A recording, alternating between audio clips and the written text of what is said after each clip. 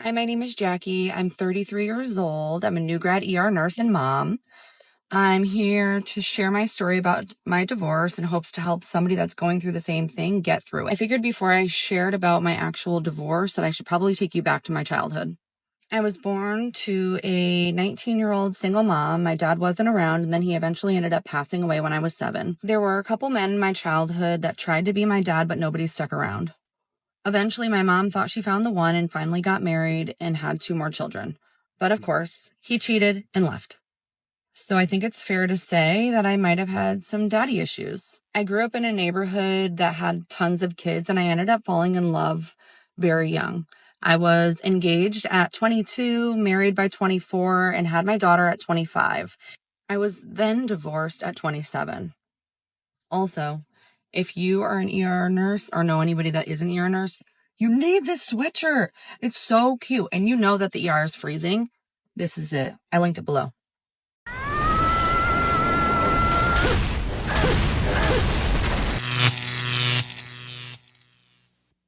Welcome to The Wall.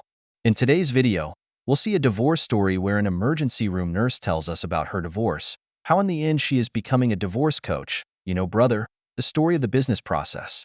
We want you to smash that like button and subscribe to the channel. We are chasing 150,000 subscribers before the end of the year. We thank those who contribute to the project with their super chat and the comments of their experiences. That is what makes this community grow. Activate notifications so you don't miss any video. Now, let's begin. Hi, my name is Jackie. I'm 33. I'm a nurse in the ER, and I'm sitting at work about to go in, and I decided that it's time to share my story. The primary goal of sharing my story is to hopefully help somebody that's going through something similar get through it. 5 years ago, I was told by my husband that he loved me, but he wasn't in love with me and he wanted to get a divorce. This is the man that I was with since middle school, and we had a 2.5-year-old daughter. Of course, feeling like this came out of nowhere, I asked why, and he simply said he's never been alone and he wanted to be alone. Now, ladies, you know that feeling in your bones? I had that feeling in my bones that he was not telling the truth. I spent the next couple of weeks trying to figure out what I did wrong and why he wanted to divorce me. Oh, girl, did I find out the dirt. All of it. Stick around because it's going to get juicy. Brothers, Jackie's story tells us a story that seems like a red flag warning manual. Daughter of a single mother who never had a present father, she was raised in an unstable environment, seeing several men pass through her house, all temporary. The paternal figure, which is essential for a girl's emotional and psychological development, was replaced by a revolving door of unfaithful stepfathers. The saying never fails. Those who do not know their history are destined to repeat it. Here we are, seeing how Jackie followed the same pattern. She got married at 24, had a daughter the following year, and by 27 she was already divorced. Her trajectory is a testament to how single mothers, by not showing their daughters a stable model of partner selection, perpetuate a cycle of bad romantic decisions. Oh, and what is even more revealing? She studied nursing, a profession known, according to certain studies, for its high rate of infidelity in relationships. But, as she herself says, there is more story to tell. Let's hear her version of the divorce. Hi, my name is Jackie. I'm a 33-year-old new grad ER nurse, and I am sharing my divorce story to hopefully help somebody that's going through something similar get through it, because you will. This brings me to the year before he told me, I love you, but I'm not in love with you anymore. We were camping seasonally at a campground. We had bought a brand new camper. We had a toddler. Everything was good, decent, normal. 2 years almost of marriage, going through the toddler stage. I was working full time. Things were okay. Not great, but okay.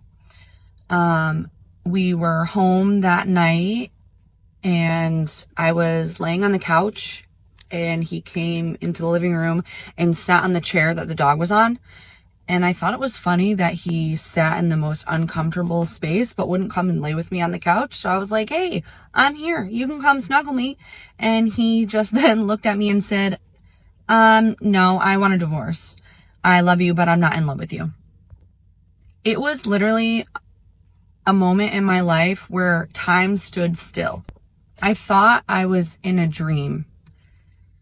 It was the strangest feeling. It was almost like an out-of-body experience. And I was like, wait, what? Did I just hear that correctly? He said, yeah, I want a divorce.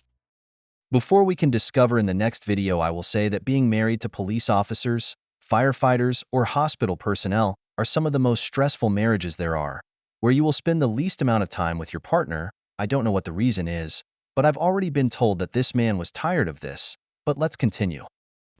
Of course, my first question was why, what was going on that I was unaware of. And he just said that he's never been alone and he wanted to be alone.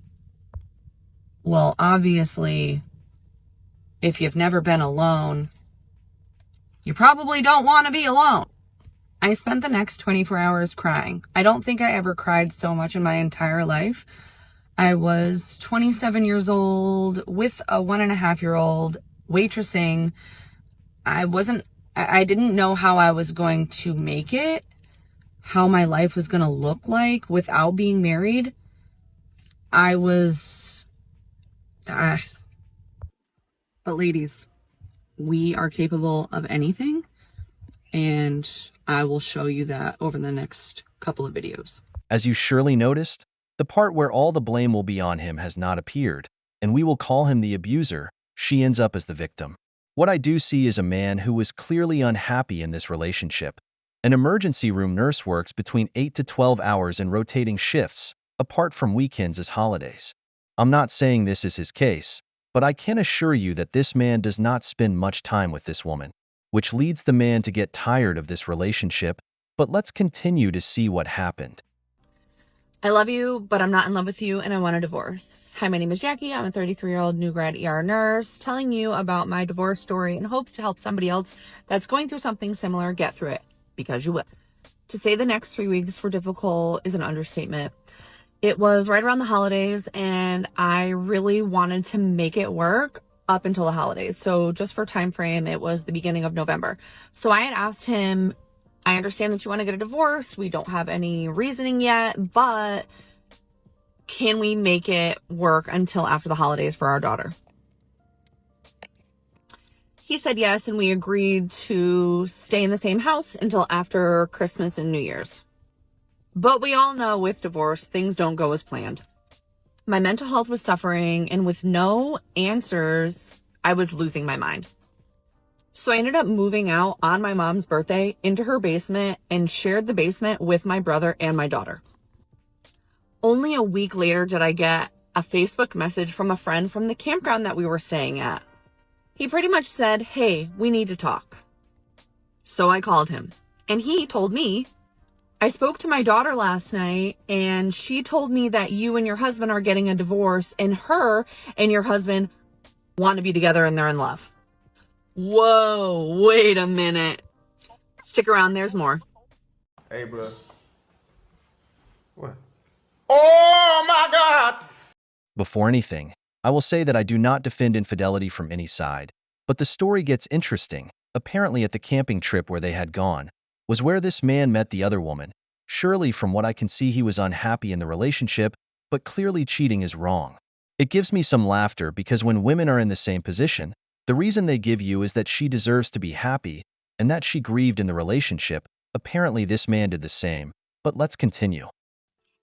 I love you, but I'm not in love with you, and I want a divorce. Hi, my name is Jackie. I'm a 33-year-old new grad ER nurse, and I am sharing my divorce story in hopes to help somebody that's going through the same thing get through it, because you will. How I confronted my husband about his infidelity. So after receiving the phone call from this girl's dad, I then talked to her mother.